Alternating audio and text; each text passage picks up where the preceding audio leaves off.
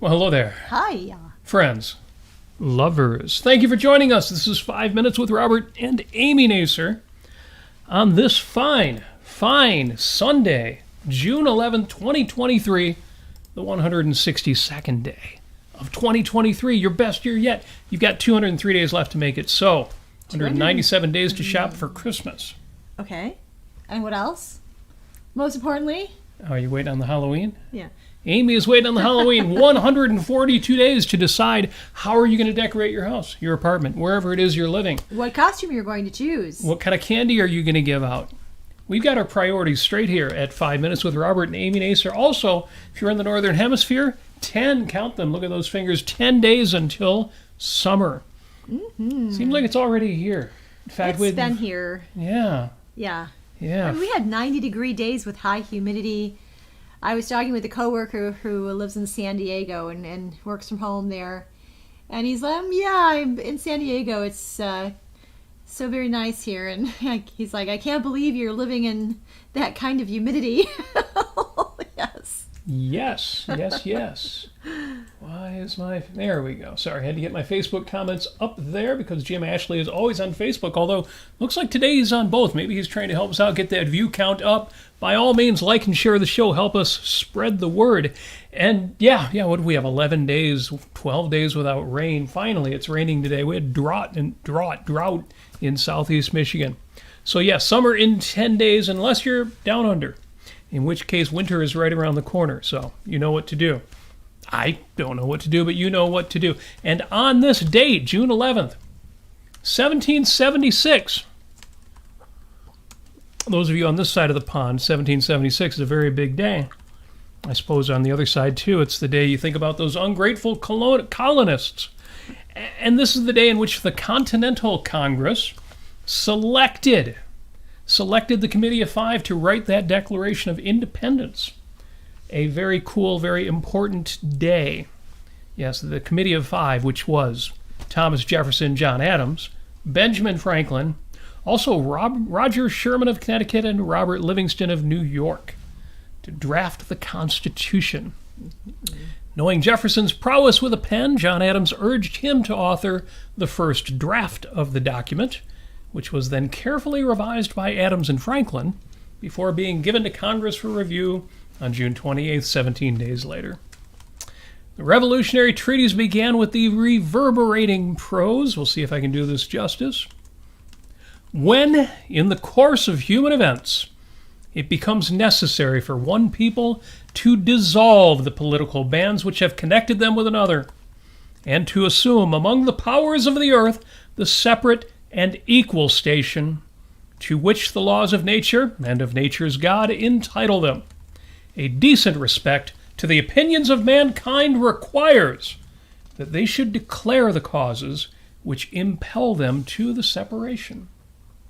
I'm not going to read all of the causes, but of course it begins with, we hold these truths to be self-evident, that all men are created equal, that they are endowed by their Creator with certain inalienable rights, that among these are life, liberty, and the pursuit of happiness. Now, did you say that it was 5 founders? It was yes. 5 of the founders wrote the Declaration of Independence, or wrote the draft that was then submitted to Congress on this date. When you said that, I immediately thought, is that what the hamburger chain Five Guys based their name off of? I bet it was. I'll bet it was. The pursuit of a more perfect sandwich. Yes. Burger, yeah. Or burger, yes. Oh, good to see Linda Cordera of Quent Cordera Fine Art is in the house. Yeah, it was fun this week because she sponsored one of the ARC UK shows. Yes, amazing. Thank you very, very much, Linda. And Quent from Cordera.com. Yes, and Equal to Reality says he just got back from the movies. What did you... Oh, no, he says what he saw. Spider-Man Across the Spider-Verse. You know, that looked... It's one of those things, kind of like when I went to see Detective Pikachu, Pokemon Detective. It looked very silly, and yet it looked like great fun. So hopefully that was great fun, because it looked like it would be. Christopher Smith, the guitarist, is also here. Oh, good. Yes. Yeah, and we've got the unsigned individualist, Mr. Halloween. Yes. Birthday boy Jim Ashley. Yes. The wonderful and gracious and beautiful Jennifer.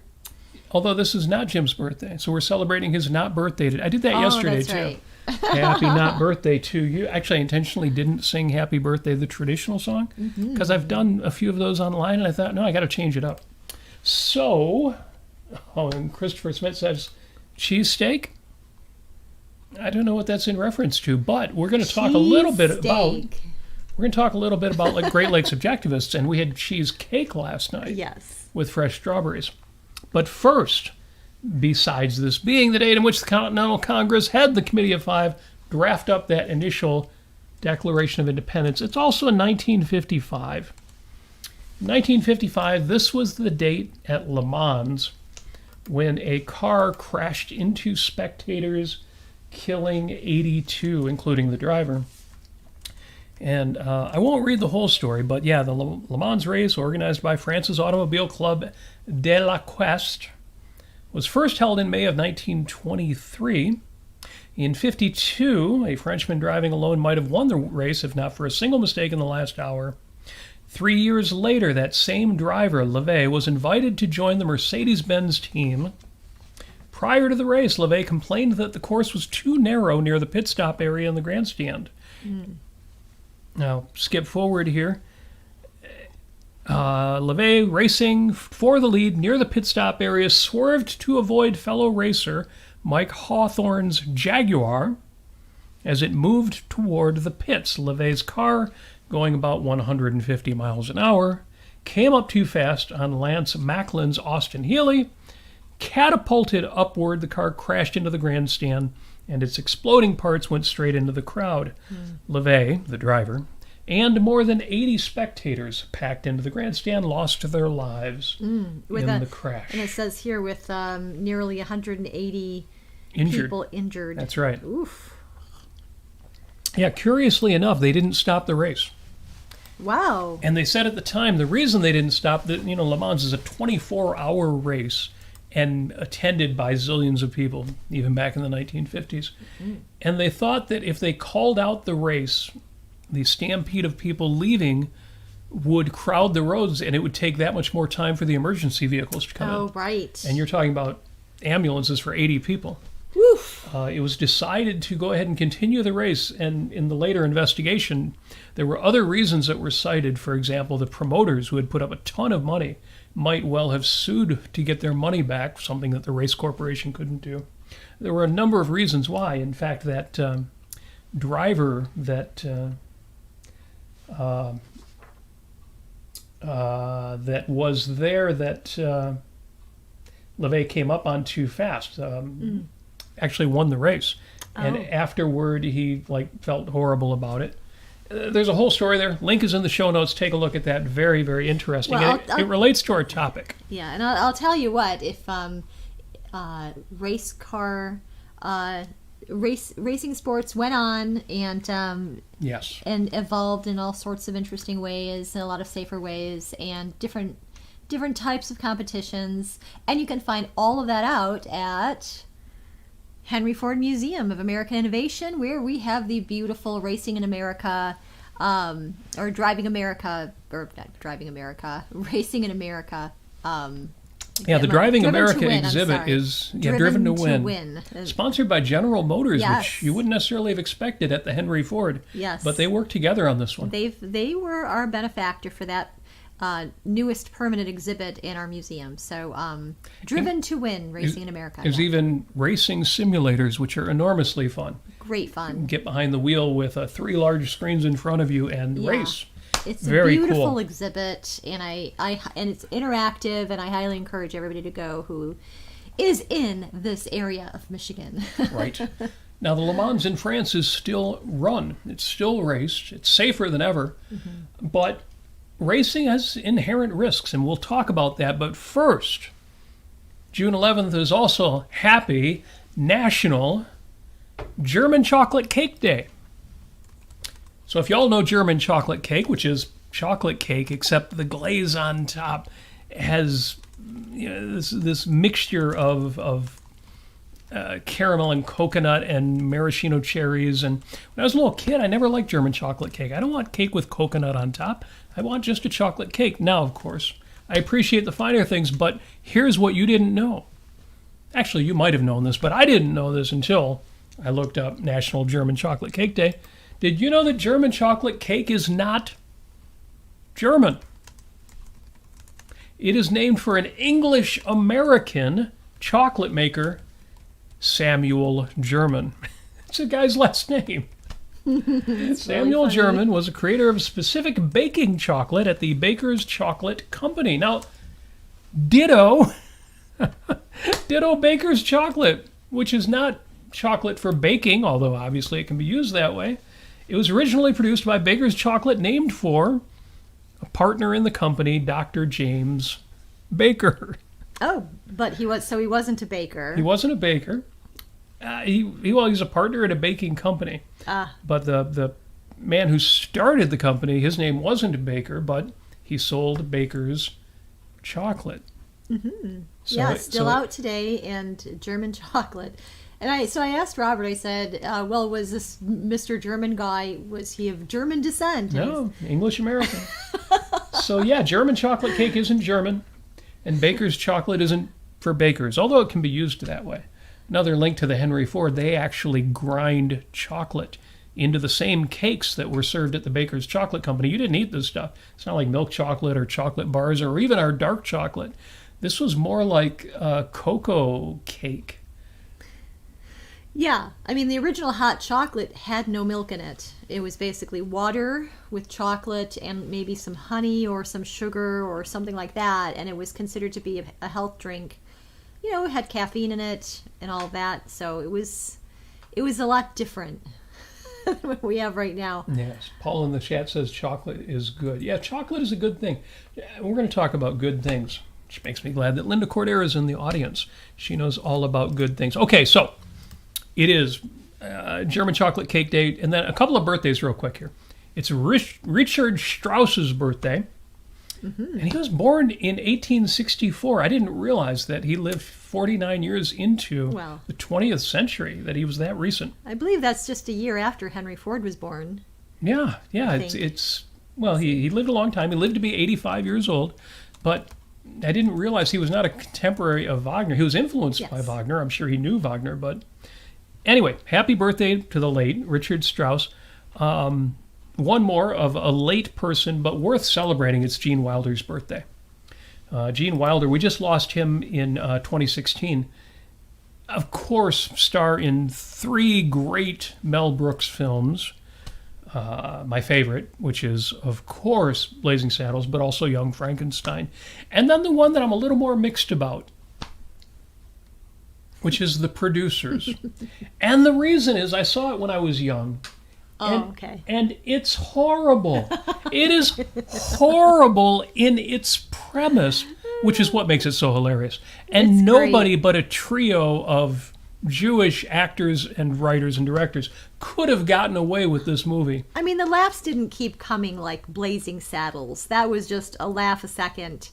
But the mood, producers it was quite brilliant what they did. Yeah, the mood of the producers, the tone of the film was more like The 12 Chairs, more like Mel Brooks' first film. It was funny but awkward. Very awkward. Yeah, and there's the pinnacle, the musical version or musical part of the movie that is probably my favorite. And those of you who know the premise of the film, you've got a stage producer, a guy who wants to produce stage, except he figures out he could actually make more money if a play or musical flops than if it succeeds. And he gets it in his head, along with his accountant, to do that, to produce a film that is guaranteed to fail. And it includes a musical number. Well, Mel Brooks, the film was so successful that when Mel Brooks started revisiting his previous works, for example, he did a musical of Young Frankenstein, which was presented by the folks at Inspire Theater in Westland, Michigan. That went so well, he decided to do the same with The Producers. So The Producers is now a stage play musical. And I mention it because some of our favorite people are producing it. They're producing The Producers, or they don't actually have the starring roles this time, although they've been stars in several of these productions, at Inspire Theater in Westland. Most of the showings, maybe all of them, are sold out. But if you're local, if you're Southeast Michigan, look up Inspire Theater. Good stuff there. And happy birthday to Gene Wilder. lived to be 83 years old, and we just lost him recently. Now, two people who are still alive, real quick. The racing theme. I mentioned the Le Mans, which still goes on despite the risks. Sir Jackie Stewart is still alive, 84 years old today, so happy birthday to John Young Stewart. Sir Jackie Stewart, racing driver. Well, he raced for the British, but he was actually Scottish, which is not surprising then that his name was John, but he was called Jackie and had that accent. Also, since we're talking about great Brits, it's Hugh Laurie's birthday. Hugh Laurie is 64 years old today and happily still with us and going strong, producing works. But I always go back to House. House MD was in its time, it was the best thing on television.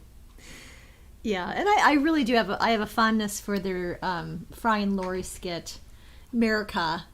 Oh yeah, the musical skits on a little bit of Fry and Laurie. Yeah. Look up the musical skits.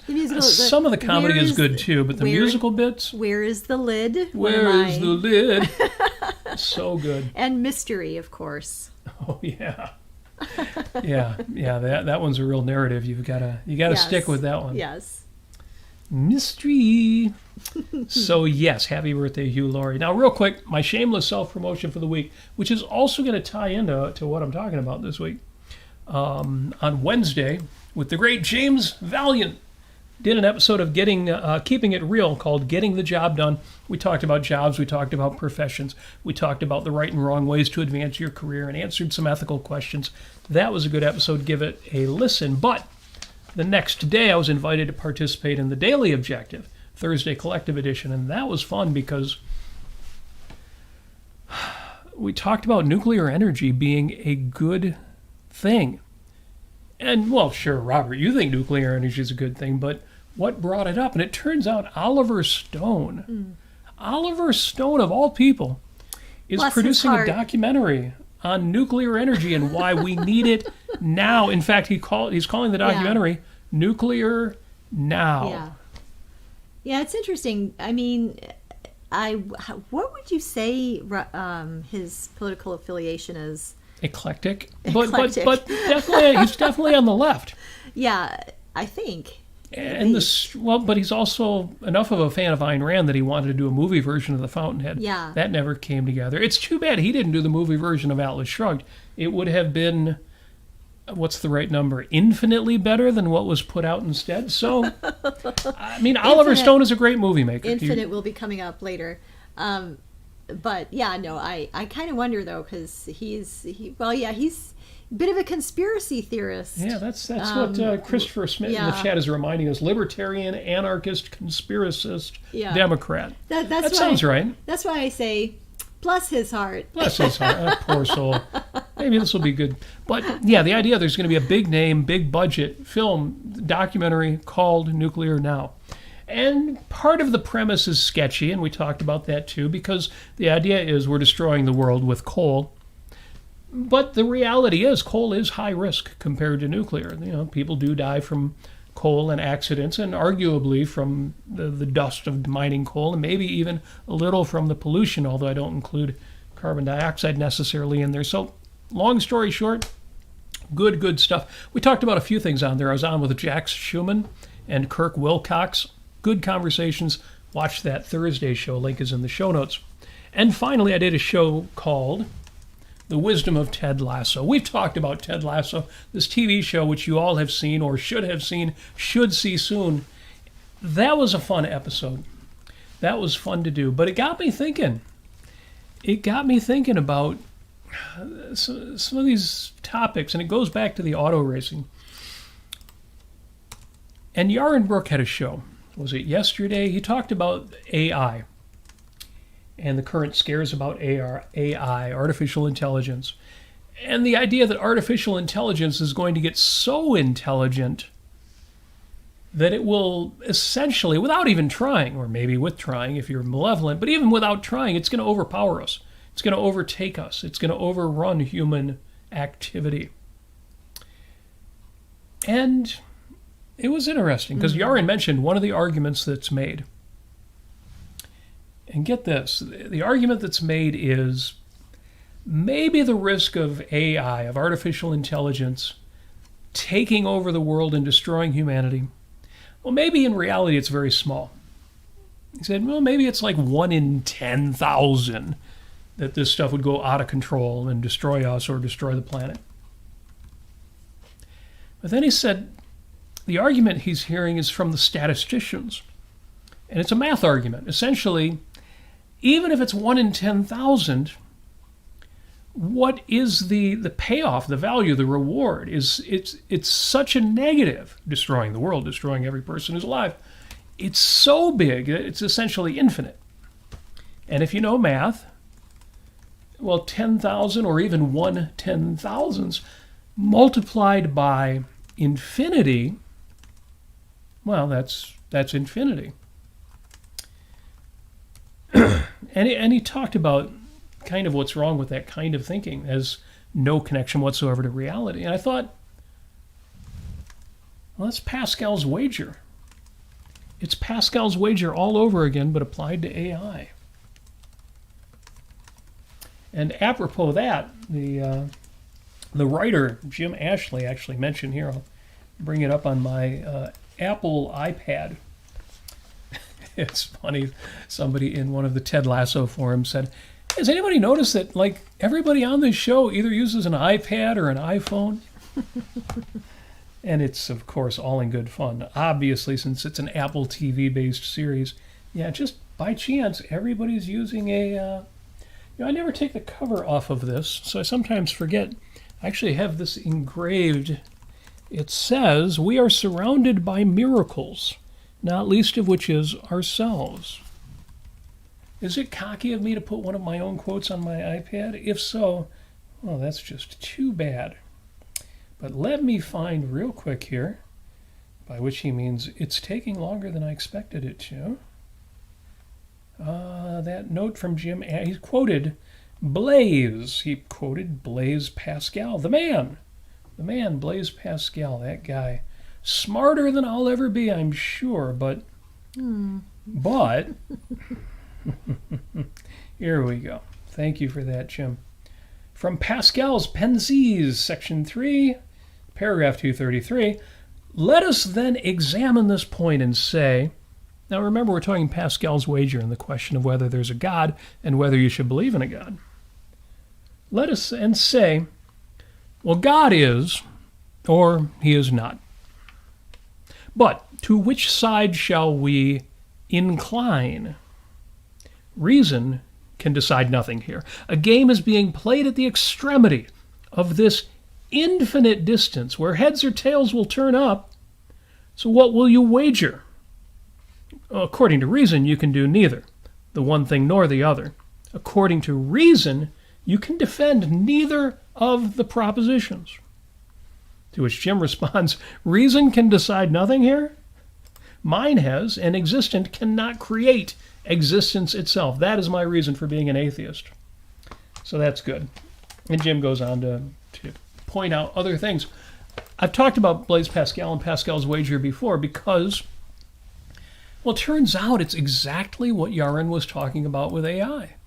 The argument being, even if there's very, very little chance, say 1 in 10,000, like the AI folks are worried about, that there is a God and that you're wrong if you're an atheist. Well, even that chance, if what you're up against on the values side of it is infinite, infinite pleasure in heaven or infinite pain in hell, then obviously, because of the math, just do the math, 1/10,000th times infinity is still infinity, then you should believe. Make sense? No. Just go for it. Go for what? Well, it's in your best interest. It's in your rational self-interest, right? Go for... Yeah. What? I mean... Yeah. Christopher Smith quotes Thomas Jefferson's letter to his nephew, which is really the answer to Pascal. Question with boldness even the existence of God. For if there is one, he would more approve of the homage of reason than that of blindfolded faith. Absolutely. But that if... Well, first, I would say, even the if isn't 1 in 10,000. You can't make sense of the concept, so it's not 1 in anything. But even if you accept the premise, my other problem with Pascal is originally I read him as he wants you to abandon your mind to go insane. In other words, he wants you to believe something you don't believe. How can you make yourself believe something you don't believe? You just lie to yourself, right? But it turns out if you read Pascal, and Jim Ashley obviously is doing that, he doesn't actually want you to try to fool yourself or lie to yourself or believe something you don't actually believe. Because he gets it. Like I say, Pascal's really smart. So he knows better than that. No, what he says is, what you should do is you should opt to live as if you believe. Now, not to fool God, but in the long run, if you live as if you believe, you'll basically fool yourself. You'll see evidence. You'll see different things that will kind of confirm it and reinforce it, and you'll eventually get yourself to believe by living as if you believe. In other words, Blaise Pascal doesn't want you to abandon your reason. He wants you to abandon your integrity. So there you go with that. Again, it's well, yeah. So I came across this idea when I was a teenager, and I always considered it to be a cop-out for lack of integrity or for lack of even being interested in the process of your thinking and reason, because you have to not just circumvent your reason, you have to tamp it down. You have to push that whole reasoning process aside, and then you're just going to arbitrarily fit that round peg in the square hole. It doesn't make a darn bit of sense. It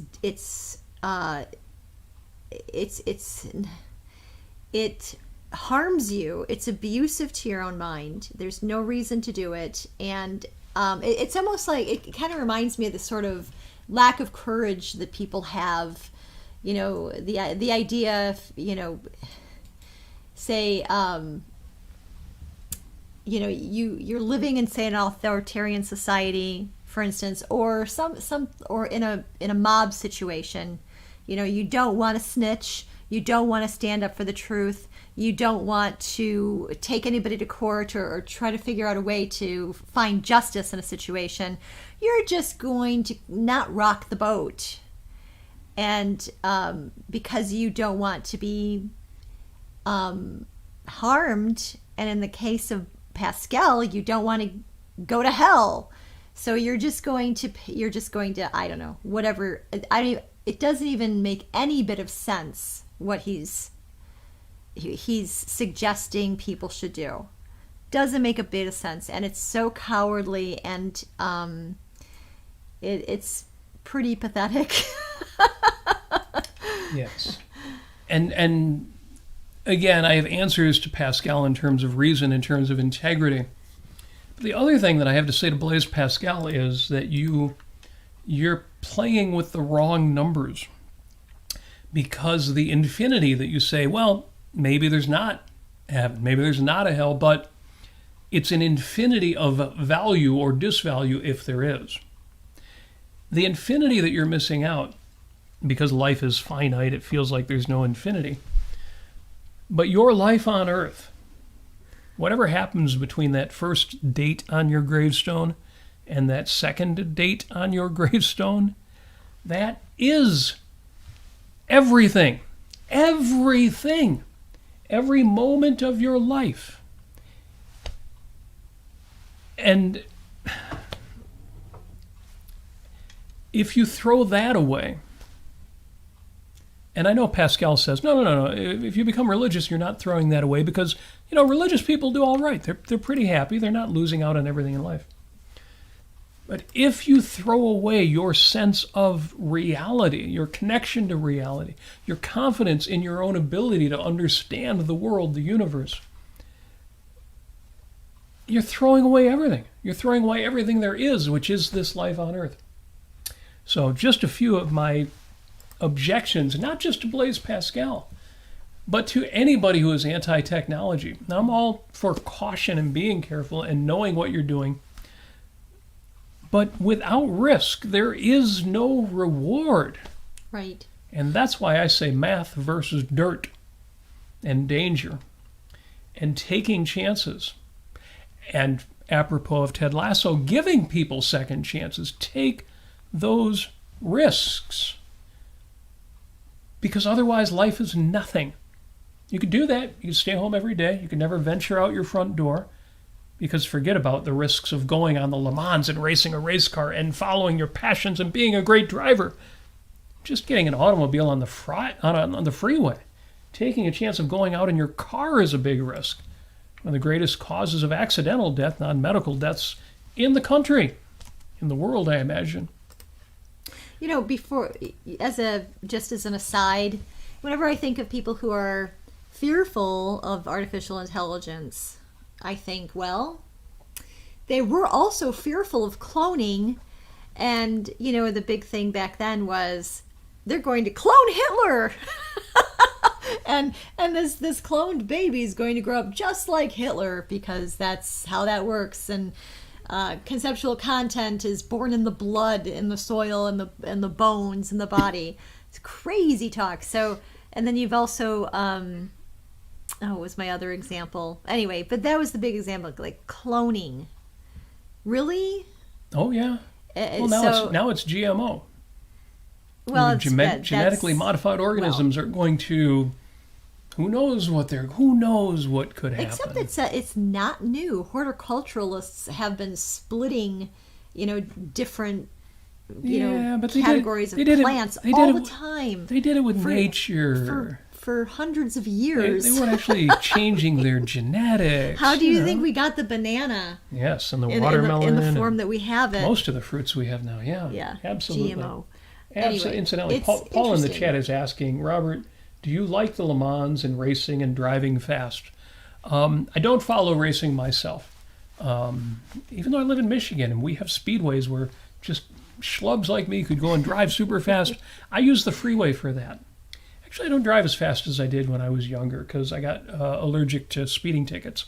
But thanks for asking the question. Sorry, no. For that, you have to go to Tal Safani, who does actually do that kind of thing. Oh, does he? Get into race cars and drive real fast. I didn't know this, actually. Yeah, that's one of his top values. I do have to say that, when we go to Driven to Win Racing in America exhibit at the Henry Ford Museum of American Innovation, you always come in first and I always come in second. I think we both had our glory days when we were younger. And maybe, I'm not going to say publicly that right now, I always drive like right around the speed limit. Yeah, that's what I do, officer. So thanks for asking the question. The other example that I had was, remember Y2K? Oh, the technology, the clock's going to change, and all of our computer programs and systems are going to completely fail. Yeah. You better buy some water, everybody, and some toilet paper. Next morning you'll go to look at your bank account, and you'll either have a zero balance or a $6 million balance.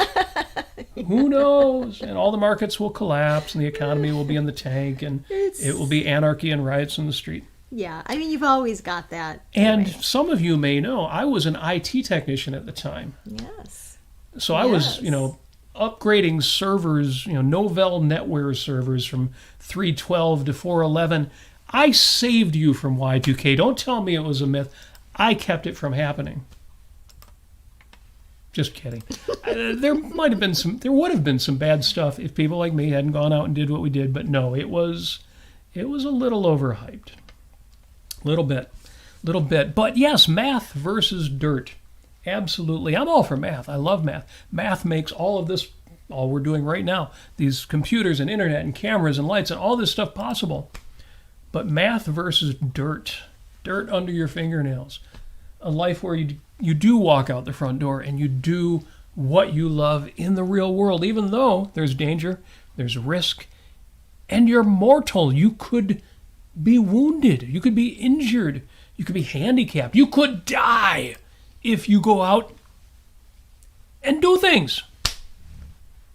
And like I talked about on Thursday, if you actually meet people, you engage with human beings, somebody does you wrong and you give them a second chance, as happens so often on Ted Lasso, you could die. I mean, who knows what could happen.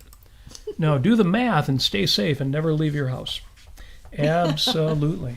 Oh, we had the most fun last night. Oh, it was so great. And by the way, Hey there, Greg, who's in the chat of YouTube. Oh, super cool. That's awesome. Yeah, we've been running Great Lakes Objectivists for over 10 years.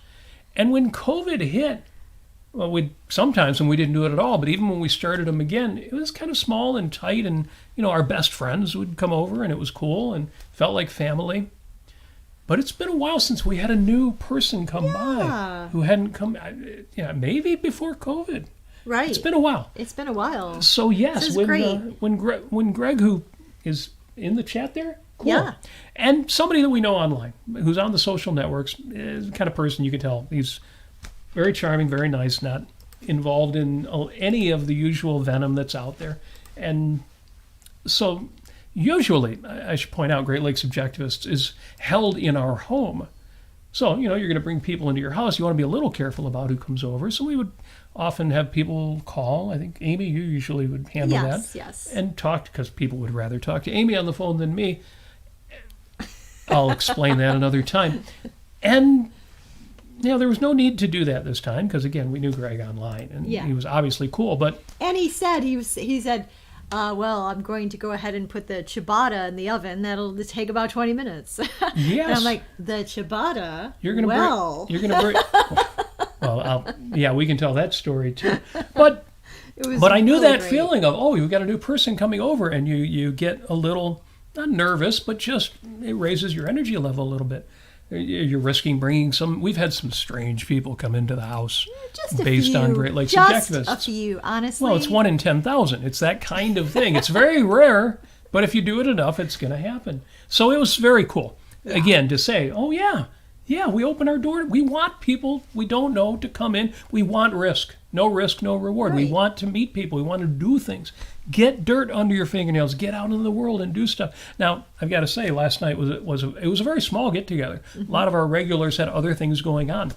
So it was especially nice to have somebody new come in. Yes. But he brought a ciabatta. And I've seen pictures of Greg's breads online before. They're braided. They're like artisan loaves in a big round, more like a cheese. I mean, it was enormous. This was an almond and apricot ciabatta. Oh my! It was more of a dessert. What you didn't know by looking at it's beautiful, but what you didn't know by looking at it is it was more like a pastry. Yeah. Than a loaf of bread.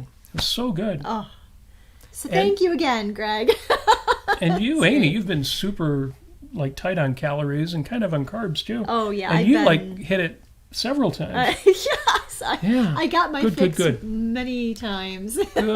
good stuff. So I want that for you. I want your front door open. Okay, maybe not literally, but at least metaphorically. Get out there and do stuff and bring people in, and you're probably already doing it. I just want to celebrate that today. I just want to put that out there, because when we worry about AI apocalypse, or we worry about Pascal's wager, or any of these cases where we run the numbers and we do the math and we get a little nervous or concerned. No, I want to be in that pot of boiling water where, me and the frog leap out at the last minute, but I want to get dirty. I want to take chances. I want there to be bodily fluids. Maybe I should explain that one. It was maybe just a little sweat or perspiration. Right. That would be just right. I mean, people who know me know that I'm very clean. It's funny because with the name Nasir, you would think, that I would be a little more swarthy than I am. Yeah. But I'm a guy, you get me on a workout, I can get pretty ripe. But the point is, I like to be showered all the time. I like to be dainty. I'm dainty. But I want people to sweat. I want people to sweat. I want them to get out there and get grimy, get dirty, do things, do stuff. Engage with reality, with the stuff around you. Yeah, we need to. I told you we need to do another Dirty Dog Dash. Oh yes. Yeah, what was the other one that we did? It wasn't Tough Mudder. It was another one of the obstacle Warrior course. Dash. Warrior Dash. That's Warrior what it Dash. was. I still got the Viking horns from that one. That was so fun. The felt hat that you can get if you attend. The last thing you do is, or one of the last thing you do actually is you crawl through mud. You crawl through the mud with the barbed wire. It's not literally barbed wire, but with the fence over you, so you are down in the mud. Yeah, you can't. There's nowhere to go. You have to go forward. Yeah, and the community shower at the end. Although most people left at least their underwear on. Yeah, but That was cool. That was dirt under your fingernails for sure. It was very good. The reason I mentioned bodily fluids is because Dr. Leonard Peikoff had a fun weekend that he did. He's participated in a lot of conferences and conceptual conferences and OCON and Second Renaissance. And there was one, he had a weekend of love, sex, and romance. And it was conferences talking about love and sex and romance. And he had, Ellen Kenner on. He had, at the time, he was married to Amy Peikoff. She was there. And he did a whole session on sex. Hour and a half, 2 hours. It's available online. And he says right at the beginning, I'm not qualified for this. He called it a disqualifier in saying it wasn't his field.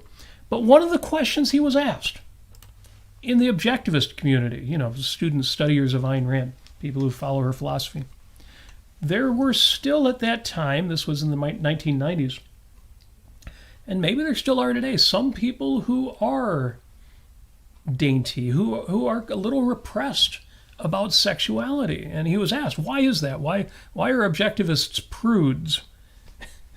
And Dr. Peikoff started his answer by saying, well, a lot of us aren't. He certainly isn't. But he said, sex is messy. Yeah, he's the one who put it as, there are bodily fluids. I think even said emissions involved. Emissions. It's just people who are people who are very intellectual. Right. Don't want to think about that stuff. Yeah, so I'm all for it. Ew, I grew up Catholic. I am all for it. I want there to be more pleasure. Something to get through. Yes. But yeah, actually, and speaking of Leonard Peikoff, yes. I had mentioned, because I asked Robert, I said, what do you mean by math versus dirt? I mean, what is that? What kind of concepts out of a hat are you trying to pull here and trying to integrate concepts from? And so he explained to me, the whole idea of life can be messy. It requires a lot of complexities, and you can't think of it in terms of morality, like for instance, morality as some sort of math problem to solve. And if only you could just calculate this into some real accurate answer, and you won't have to go through any trial and error. You won't have to go through any kind of situation where you've made tons of mistakes before you actually get to where you want to go. Right. There won't be any tough decisions. Right. Because it's all a math problem. You just figure out, on my hierarchy of value, this says to do this, therefore next Wednesday I will do this.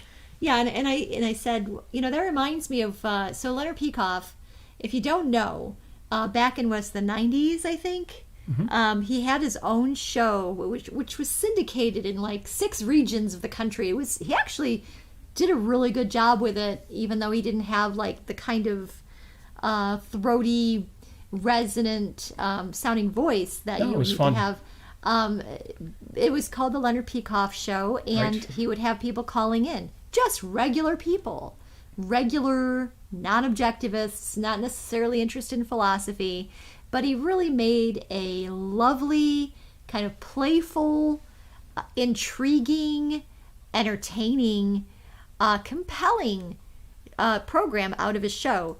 And one of the things that he did, he talked about moral perfection. And callers would come in, they would call in, and they would be kind of sheepish, and he would ask them, are you an honest person? Did you do you earn money in an honest way? Do you stay away from lying and cheating and stealing? Do you work with people and honestly, and you set up your own goals in an honest fashion for your life, and so on and so forth. So he would ask all of these questions, and he did it in a very good way, in a common sense sort of way, in a layman's way, and he would, as you explained it, Robert. Yeah. Toward the end of the call, he would have people saying, well, I guess I do live by my beliefs, my values, my morals. And Leonard Peikoff would say, well, then you're a perfect person, right? And the caller would be, well, yeah, I guess so. And Leonard Peikoff would say, and I loved this about him, he would say, well, good, I want to hear you say it. And the caller would be a little taken aback, and he would explain, I want to hear you say, I am perfect. And the callers would eventually say, yeah, I am a perfect person. Or I am morally perfect. I am morally perfect. Yeah.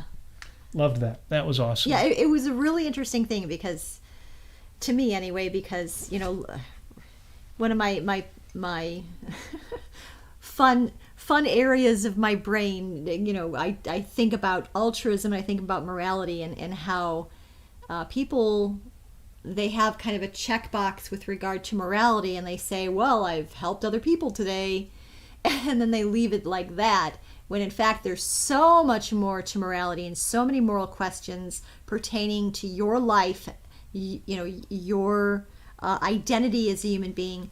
All of this people have no clue about, and therefore they don't really have a deep sense of being moral, and they don't have that pride in when that you develop when you are a moral person, and it, and you have the concepts and the philosophy to validate that for yourself. So I really enjoyed that episode. Yes. And it really made the point, morality is not a math problem. It's more like an art work. You are more like an artwork. Just like, we say a science is something where once you learn it, you can do it. But an art is something where once you learn it, well, then you've actually got to practice it. You've actually got to do something and do it repeatedly and get good at it. And that is how morality works. And it's more complex than, certainly your hierarchy of values is a place to start, but your values are more like a spiral, like the spiral theory of knowledge. I would call that the spiral theory of values. Yeah. And that's why it's not even as simple as figuring out the math of, well, this is more important than that. That's usually all you need to do, is say, well, what I want here is more important than what I want there. Therefore, I'm going to do what it takes to get this, even if it means losing that. But it turns out to be even more complicated than that, because there are some values you will hold that don't even fit on there. They overrule all other values, and I will let everything else go to hell, not just because that value's higher, but because I can't live without it, because it's irreplaceable, because it is something that I love. And as we know from the Fountainhead, love is the exception making. And I like the rocking chair test for that. I like imagining myself at the end of my life, I'm 90, or, maybe with life extension, I'm 190, and I'm sitting on the porch of my home at 190, and I'm falling apart. Yeah, but I've got the medications to keep me from from being too uncomfortable. I'm sitting in my rocking chair, looking out in the world and thinking back on my life and thinking, am I satisfied with that? Did I do what I wanted? Did I live the life that I wanted to live? Or did I miss out on something important because I was too busy, or I wasn't brave enough to do it, or I just didn't go out there and hustle? I like the rocking chair test. Mm-hmm. I've got a list of values. Some of them I've already achieved. Some of them are still ahead of me. But it's not a question of, well, did I do the math right? Because I'm going to tell you a secret. There aren't very many people out there who, whatever they've achieved, they couldn't have done a little more. Like poor Schindler at the end of Schindler's List, who looks down at a piece of jewelry and realizes, if I had traded that piece of jewelry away, maybe I could have saved one more life. And we experience that as kind of heart-wrenching. And it's sort of a noble sentiment, because that was his passion, was saving these people's lives.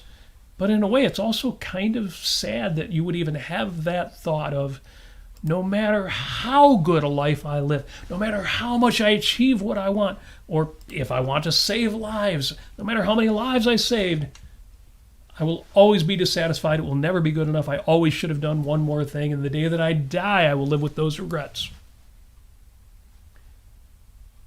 There's no sense to that. There's no reason behind that. That is not the way. So what I want for you, what I want for me certainly, is I want a life lived with the dirt under my fingernails. We've got some comments. Good. What do we got? First of all, Jim, Ashley, happy not your birthday. Happy not your birthday week. Happy not your birthday. It's still not your birthday. I'm not going to sing the birthday song. I'll sing some other song because it's not your birthday. But happy anyway.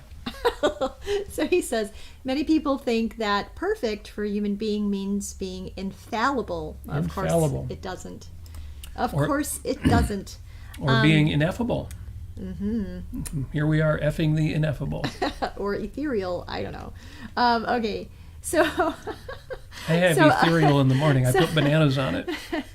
So a couple things here. Greg on YouTube in the chat, he says cardinality versus ordinality for hierarchy of values. Well, that's quantity versus quality of values. Quantity versus order. Yes. Yes, you can put your values in order even if you're not assigning hard and fast numbers to them. Mm-hmm. Right. But even there, I find that turns out to be, at least by my best understanding, a little simplistic. If you've got that much, you're way ahead of most people.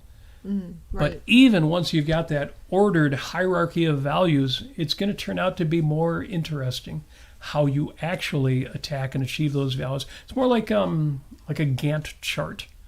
Because some things are simultaneous, something excludes others while others require others.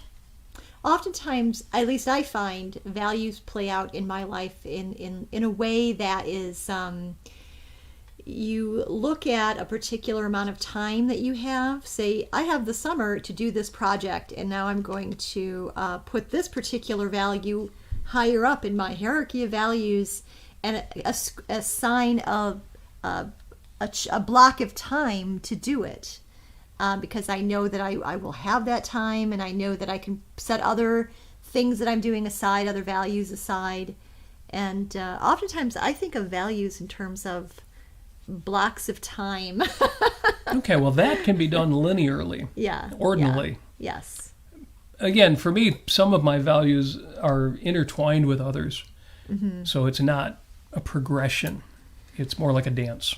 Yes. And with regard to the rocking chair test, Christopher, he reminds us that Ayn Rand said to Leonard Peikoff, never give up on what you want in life. The struggle is worth it. Struggle is worth it. Absolutely. And then Paul chimes in and he says, quote, and I don't know who said this. Maybe you can tell us, Paul. Imagine if hell was watching an endless video of what your life could have been if you put in the work to achieve your dreams. And Christopher was like, Jesus Christ, Paul. Well, that's exactly what it is. Even though it's not an eternity after you're gone, it's those last few days or weeks or years when it's too late. When you're Peter Keating and Howard Rourke looks at your paintings. What a crushing blow. Yes. Well, there are hard truths that have got to be faced. Yes. I felt that way watching some folks doing modern dance today at a dance studio. I guess there are some hard truths that folks have got to face. And Christopher says, quote, most men die at 25 and are buried at 70. Benjamin Franklin. Right. Mm-hmm. Absolutely right. Wow. Yep. So get out there, take chances, and embrace change. Man, change is so uncomfortable. You never know what's going to happen after you actually adopt a change. But change is crucial. The only place there's no change, the only place there's no risk is when you're 6 feet under. So that's not what you want. Embrace it. Embrace change, embrace risk, get dirt under your fingernails. Mm-hmm. As I said on the Ted Lasso episode, and I've said here too, you're writing the script as you go along. You are the star, you are the script writer, you're the director, you're the producer, which means you've got to come up with the money too. But this is your life. Let's make sure that it's super awesome, because to steal a line from one of my favorite movies, Dead Again, this is all far from over. In fact, I'll steal a line for my Post-it note from the week. I'm going to steal a line from Richard Bach. This one I think is from his book, Illusions, The Adventures of a Reluctant Messiah. One of those silly, very mystical books you've got to take metaphorically. But he says in the book, here is a test to find out whether your mission on earth is finished. If you're still alive, it isn't. Which reinforces a lot of things for me, including the fact that your life is everything. Everything that happens from that first date on your tombstone to that second date on your tombstone is everything. Mm-hmm. Yes. Greg says, oh, wait a minute. Oh, yeah, you guys don't dodge the morbid, do you? We do not dodge the morbid. Well, and I say, just wait until Halloween. you won't be morbid at Halloween. Oh. Even though the content might look morbid, Yeah. that's like your favorite. It is. It's It'll wonderful. be a party. It will be a party. Well, I think we spent enough time on this. You know what to do. Get out there and play in the dirt, metaphorically or literally, whatever it is that works for you, whatever it is that knocks you out of your comfort zone and gets you closer to what you really want, so you don't miss out. Get to the end of your life and say, oh man, wait, I didn't do that one thing. No, let's do that one thing. Thank you for joining us. Thank you for being here. I love our Sundays together. Yes. This has been 5 Minutes with Robert and Amy Nasir. And the links will be posted. I don't think they're up on YouTube yet, but they will be. All sorts of good stuff, including the shows that I already did earlier this week, things that are coming up. I was wrong about Harry Binswanger talking about why the world hasn't ended yet. Yeah. It wasn't last Monday, it's this Monday, so tomorrow. A link to that will be in the show notes as well. Now, also, speaking of links you want and need, at robertnasir.com, you will find links to our Patreon and PayPal accounts where you can support this show financially. So thank you to those of you who already do that. You're the best. You really are the best. But if you want to join them, you can also. If you want to also be the best in a way that doesn't even require money, just like this show on YouTube. Or share it to somebody who you think might be amused by our content. It's fun because I was on the Ted Lasso talk group and shared my Thursday show. And I mentioned before, there's some real Ayn Rand haters out there. Why are people who don't like Ayn Rand such haters? Man, you don't have to be such haters. Oh, you got to tell the story, actually. What's that? What happened on the thread that the moderator was so impressed with what you were writing? Oh, yeah, that was fun. I think Joel Marquez, I think he might be an objectivist. He seems like he might be an Ayn Rand fan. Yeah. Which is surprising because, again, Ted Lasso, if you know the show, it's got tons of kindness and good-heartedness and earnestness and charm and team spirit. You know, it's about people and people love people. And for some reason, or maybe not for a reason, but somehow some people take that as being at odds with Ayn Rand's philosophy of objectivism. So when it came up in the series, and it's in the series, Jason Sudeikis chose this, when it came out that Ted Lasso, the character's favorite book, is Ayn Rand's The Fountainhead, heads metaphorically exploded. Or it's 2023, I guess now we say their heads literally exploded. What a mess. And that was an interesting opportunity. And I mentioned my guesses on why that was. I got involved in a couple different threads like that. And at one point, I said, I've even done a show on it. I'm not going to post links because a lot of times groups don't allow that. Right. And no, Joel's came on and he said, no, go ahead and do a post and, share your show. So I did. So hopefully, that last Thursday show, Life on Earth with Robert Nasir on Ted Lasso and the wisdom of Ted. There's a good amount of people on that page. Yeah, I hope that gets me a bunch of views. Yeah. You people listening, assuming you're still here, and I see the chat's still active, so I know at least some of you are. Thank you for that. But yes, you can join them. Like that show, share that show, or at least watch it. Again, Life on Earth with Robert Nasir, the wisdom of Ted Lasso. I enjoyed that. Incidentally, if you look in the description, there's even a link to the show notes. You can read the script in case you just don't want to listen to it, or you just want to skim it, or you want to pick it apart, and that would be cool too. You do you. Oh, and lastly, I just want to give out a shout out to the mothers of Barbara and Hans, and who are objectivists who live down south, and I reached out to people for Mother's Day, like a few weeks before Mother's Day, and I said, I don't have a mother. You have one, but you were looking for more. Yeah, I mean, Linda Cordair in the chat is one of Amy's adopted mothers. Linda is my adoptive mother. So, but you really put it out there for Mother's Day. It said, anybody else wants to adopt me. Yeah, or if anybody wants a Mother's Day card. Right. So I bought these really beautiful pop-up Mother's Day cards. They were really beautiful, and they're all very different. And I was able to send out, I don't know, close to 10 of them. And so Barbara and Barbara contacted me, and she said, could you send one to my mother and to Hans's mother? And I'm like, it would be my pleasure, my delight, And just a few days ago, I received little thank you notes from both of them. Handwritten. Heidi and June. June sends this little card here. It's kind Super of a Japanese sweet. sort of thing. And I open it up, and I tell you, I am not kidding. She has the same handwriting my own mother had. I mean, isn't that amazing? Maybe there's a mystical connection there. No. I think it was a Catholic school thing during that time. And she also included a little painted rock that she painted herself. Super charming. It's really, really cute with her initials on the back of it, and it's really adorable. And then I get this lovely, very long kind of letter card from Heidi. I can write cursive, but I can't write it like that. With this nice little design on it and everything. Super sweet. And she's just telling me about her day, her life. And I am just so enamored, and they're such lovely women, and I don't even know them. I've never met them. But I know Barbara and Hans and how sweet and wonderful they are. So it was just a wonderful thing. I'm still psyched by it. Yes.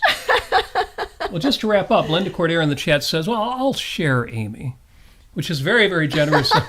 Thank you, Linda. Thank you for that. Super sweet. And on the YouTube chat there, Christopher Smith is singing Rush songs. And the men who hold high places. I know that's supposed to be an octave higher than that, but you don't want to hear me sing that. An octave high.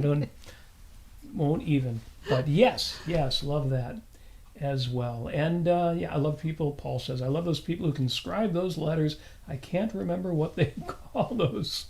Yes, calligraphers. And in this case, it's really just handwriting. What nowadays people call cursive. But now that used to be called handwriting. Handwriting meant cursive writing.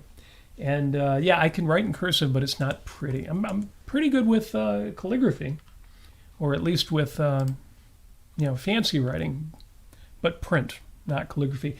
Anyway, I could go on with all this super sweet stuff. And I'll take a picture of this rock, Jim. He wants a closer view of this. Oh yeah, you got to post that. I can't quite. That's super get sweet. It up close to the camera, but it's just adorable. It's just delightful, kind of jaunty and playful. Yes. With all the colors on it. Probably looks like the camera's real close to us, but it's actually about 6 feet away.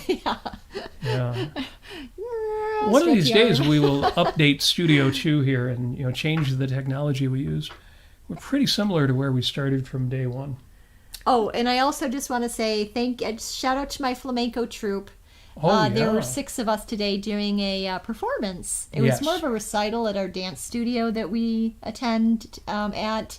But you were the best. And I saw them all. Oh, well, thank you very much, Robert. I worked very, very hard on those dances, and the dances included castanets and fans, not simultaneously, but it was quite the effort, and we did great. Very lovely.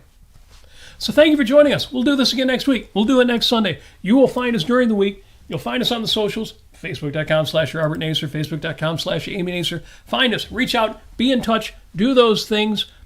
Those of you who know us locally, just call on the phone. Reach out, make it happen. Yeah. Go out your front door. Leave that front door open and let the ne'er-do-wells in. No, not the ne'er-do-wells. It's a minor exercise of caution. But if they're bringing fresh-baked homemade bread, let them in. Yeah, then they're not ne'er-do-wells. Then they are, what's the opposite of a ne'er-do-well? Always do well. Yes, invite the always-do-wells into your house. And thank you for joining us. As always, we wish you every success that you so richly deserve. How do we know that you deserve success? Because nobody would have stuck with this show for over an hour when we advertised. It was only 5 minutes, except for the best people on earth. That's you. Thank you. As always, we wish you every success, and we wish you love.